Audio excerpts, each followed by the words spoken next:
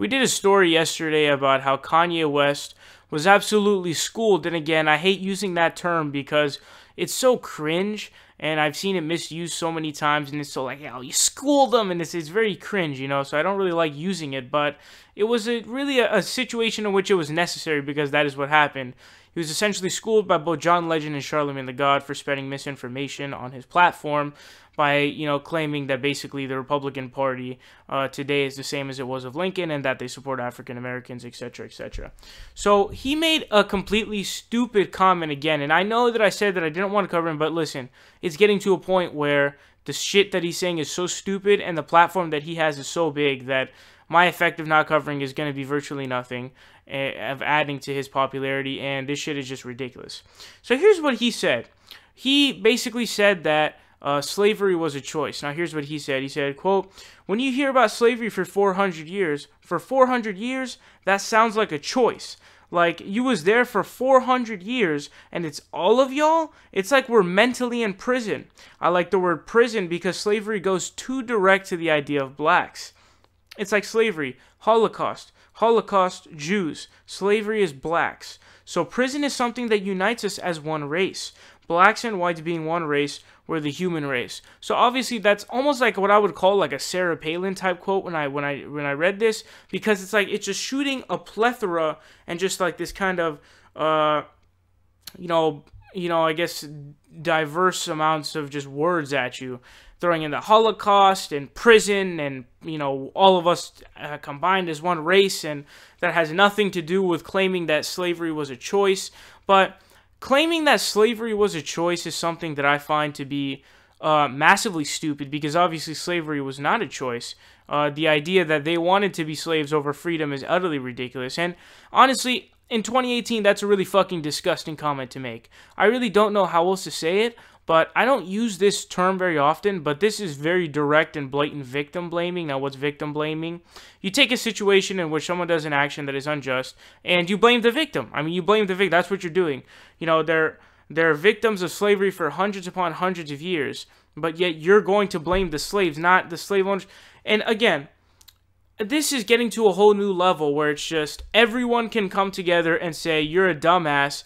Not only are you a dumbass, but fuck you, Kanye, because this is something that's a fucking ridiculous, absolutely ridiculous statement to make, that slavery was a choice. And it's a very insensitive quote thing to say. It's a very stupid thing to say on that matter. Now, here's something else that was interesting.